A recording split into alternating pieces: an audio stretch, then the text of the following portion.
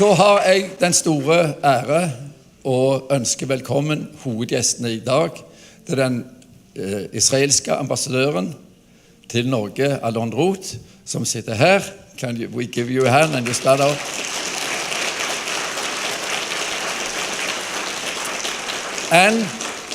Og den norske ambassadøren i Tel Aviv, eller Israel, Jon Hansen Bauer. Neste mann den israelske ambassadøren til Norge, Alon Roth. Det et fantastisk møte du kommer til å få. Floor is yours. We're very happy that you are here, and especially this day have been amazing.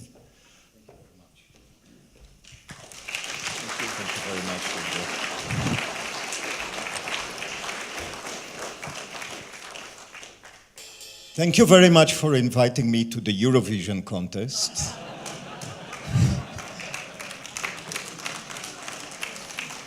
Because this is the way I feel.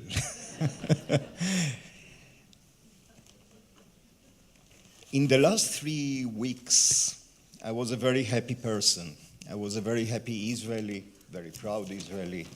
I was a very happy and proud ambassador. And because of 3 reasons, and permit me to share with you the 3 reasons. And there is a reason why these 3 reasons are so important.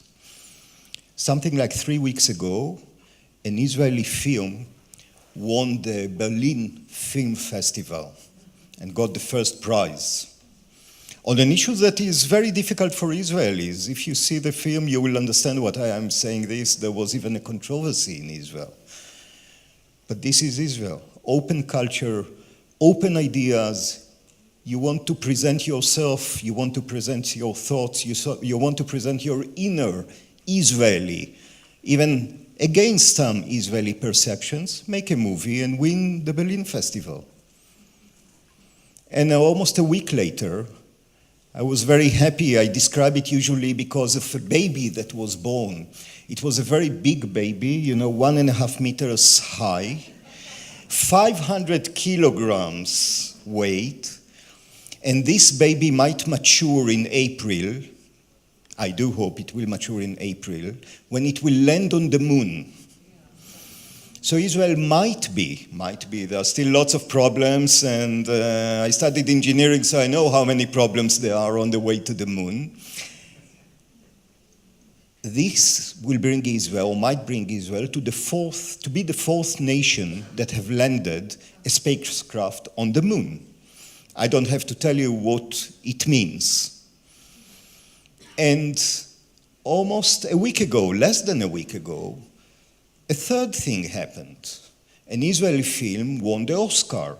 Not one of those famous Oscars, that this actor or that actress get, but an Oscar for the short movies, but still an Oscar. An Oscar on a very, very interesting issue, very important issue that is global. It is not more talking about Israel only. It is talking about the world, about the others, etc., etc. Very interesting. But again, I was very proud, of course, because of the quality, because of the ability to impress not just an Israeli like myself, but others as well. And why do I say all of this?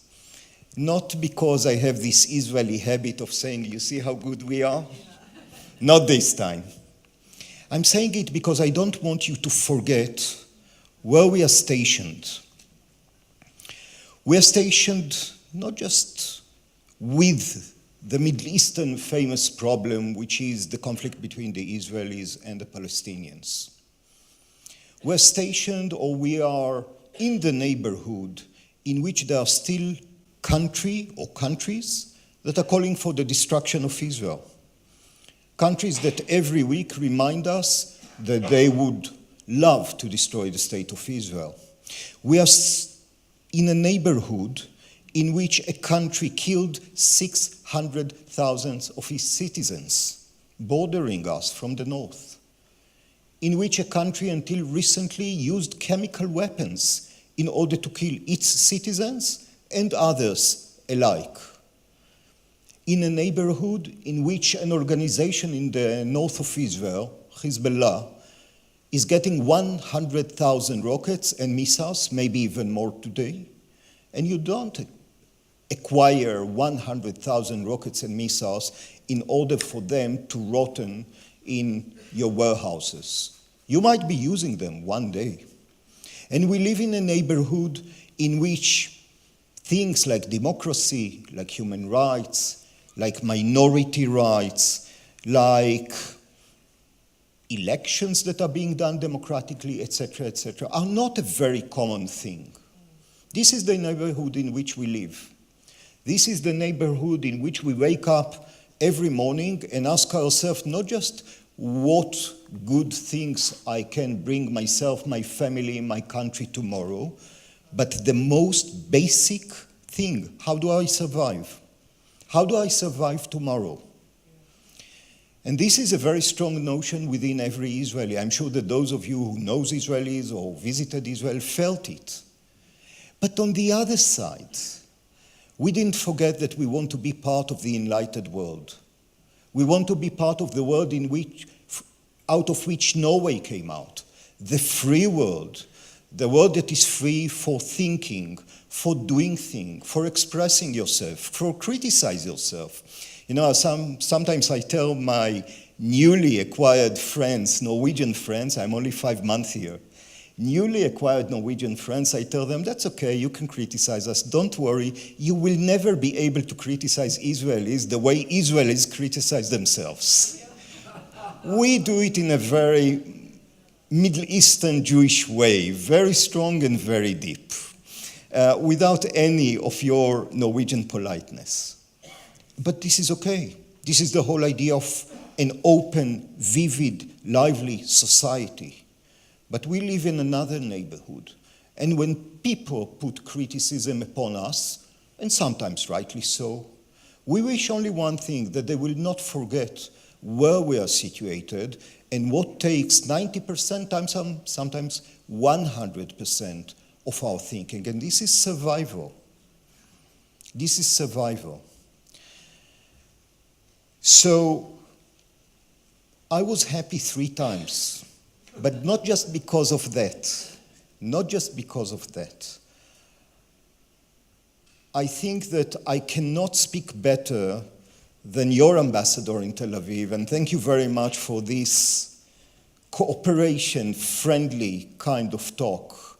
And by the way, it's very rare that 2 ambassadors are coming to the same spot in order to speak for cooperation between the countries. Now, I'm stationed here, so the applaud should go to Ambassador Jon Bauer for coming here to Stavanger in order to do this with me.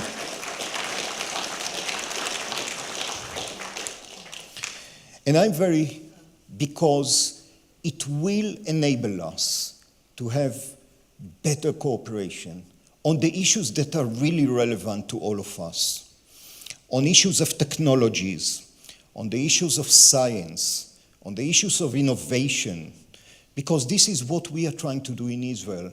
Apart from thinking on our survival, every one of you who visited Tel Aviv or one of the other Israeli cities saw we are lively, we are creative, as I said, in culture, in economy, in tech, in high tech, especially in innovation.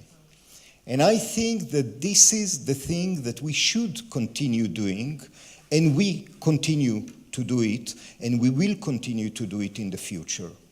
And I think that Israeli-Norwegian cooperation in these fields is so natural. You know why? Because we are different. You are different. You have culture, your own thinking, your own way of creating technology, your own way of creating commercial ties, your own way of education. We're a bit different. We, as I said, behave in a more Middle Eastern way, a more vocal way, but I think that this is exactly what might yield wonderful results in the future. A result of this mingling together, of this mixing together, your very structured and wonderful way of doing things, in education, in science, in technology, and I've been to Stavanger, I've been to Ålesund, I've been to Tromsø. I've seen already hints of what you are able to do. And it's great what you know to do, what you can do in engineering and in other stuff. And we have our own thing. As I told you in the beginning, we sent a satellite to the moon. So I guess we know a bit on how to do these kind of things. And I think that this kind of cooperation might be wonderful for both of us, for Norway, first and foremost, for Israel, first and foremost. Because as, if I well understood the ambassador, yes, you are excellent in some areas, in the areas of exploration and usage and clean green usage of gas, of shipping, of fishing, of doing unbelievable things in these fields. We have to learn from you. We are very far away from you. And here, another scope of cooperation. And I have no doubt we cooperate there. And I want us to cooperate on this as well, on music and culture, etc., etc., etc. And we're working on it. You will be surprised how many new Norwegian books have been translated to Hebrew just in the last 5 to 10 years. You will be surprised. Yeah, at least 15. I have a whole shelf in my home. Those of you who will come to the residence one of these days, to the occasions that we host and we open the house, will see. It is presented there in the first row, the Norwegian literature in Hebrew. What can be better than that?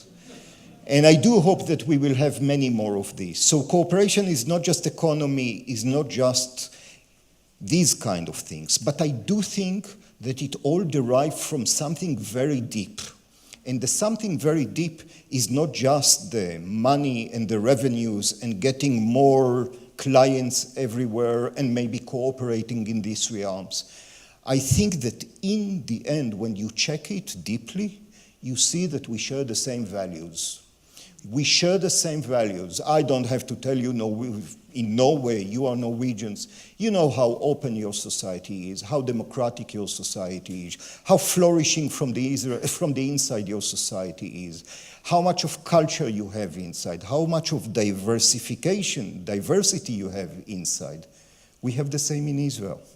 You live in your own neighborhood. We live in a totally different neighborhood. But I think that in the end, deeply inside, we share the same values. So there is no reason in the world, even if we have a conflict here, a conflict there, or a problem here, a problem there. And I know that I'm preaching to the crowd. I know that you know that. But we have to tell the others the same thing. In the end, we are two societies that with this difference or that difference, we share the same values. So there is no reason for us not to cooperate. There is no reason for us not to shake hands and to go forward.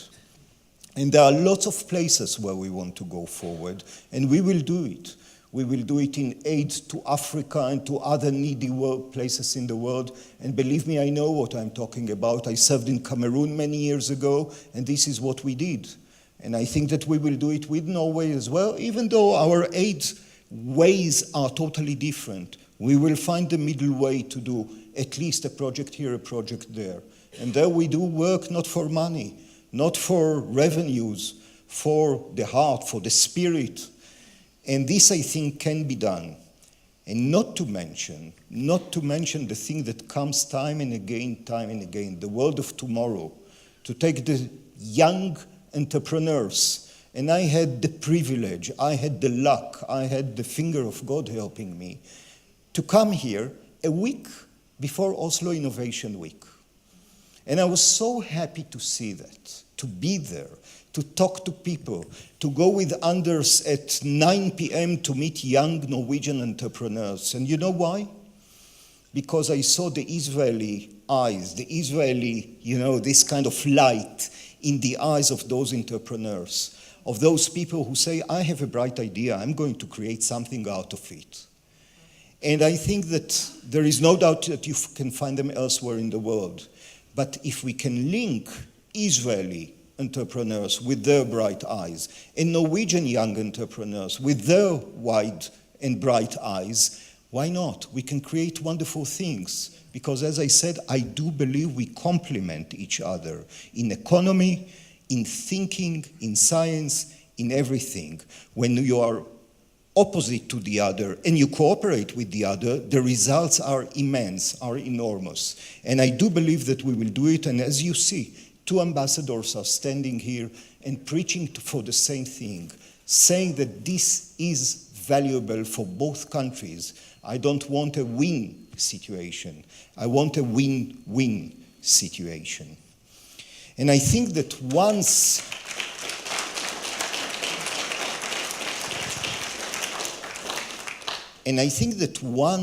cooperation is being made, once these guys are working together, once our funds are funding those entrepreneurship or whatever project they are going to yield together, and once our governments have already signed with the work of the ambassador and my predecessor, signed a very good wide agreement that enables this to happen, when this happens, even criticism will be heard differently.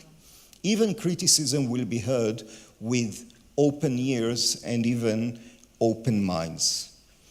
So you ask yourself, okay, this ambassador is talking a lot about cooperation. What can we do? And I can tell you, with all due respect, at least for me as an ambassador, I can talk, I can push here and there, I can do this and that.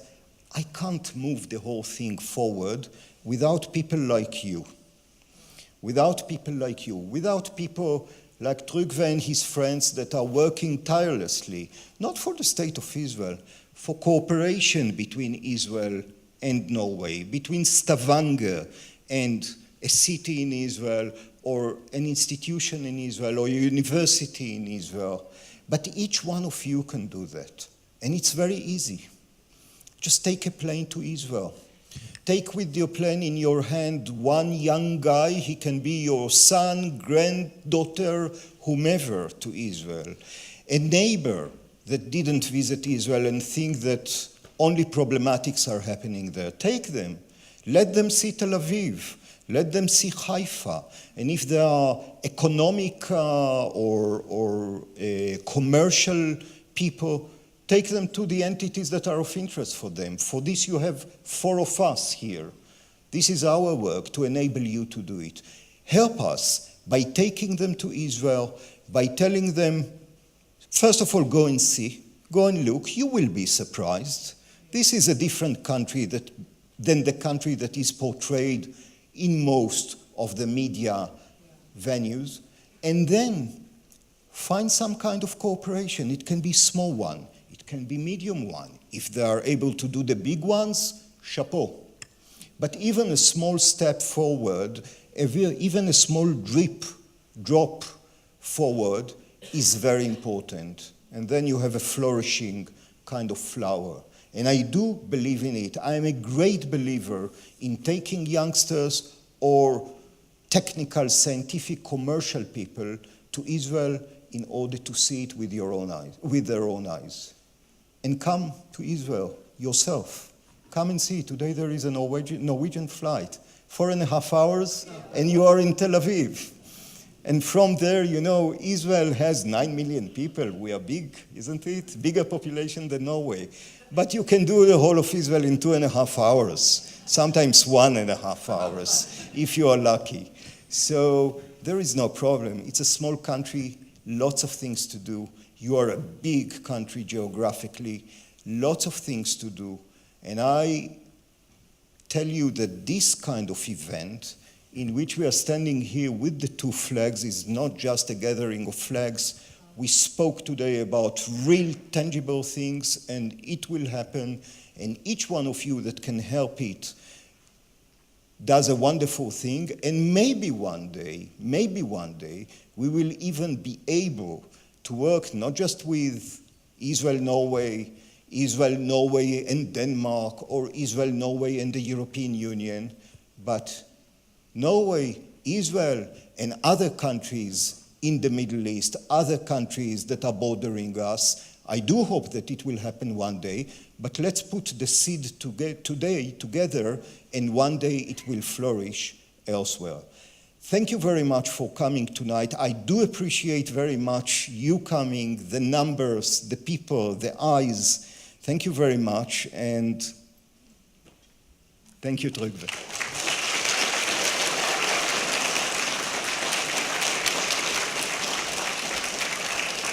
Alon, I think that Israel have chosen the right person. I know we have a full day tomorrow.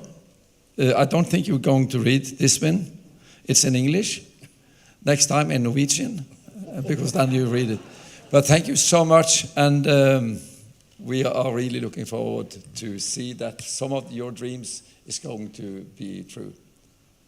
Thank you so much. Thank you. Thank you. Thank you.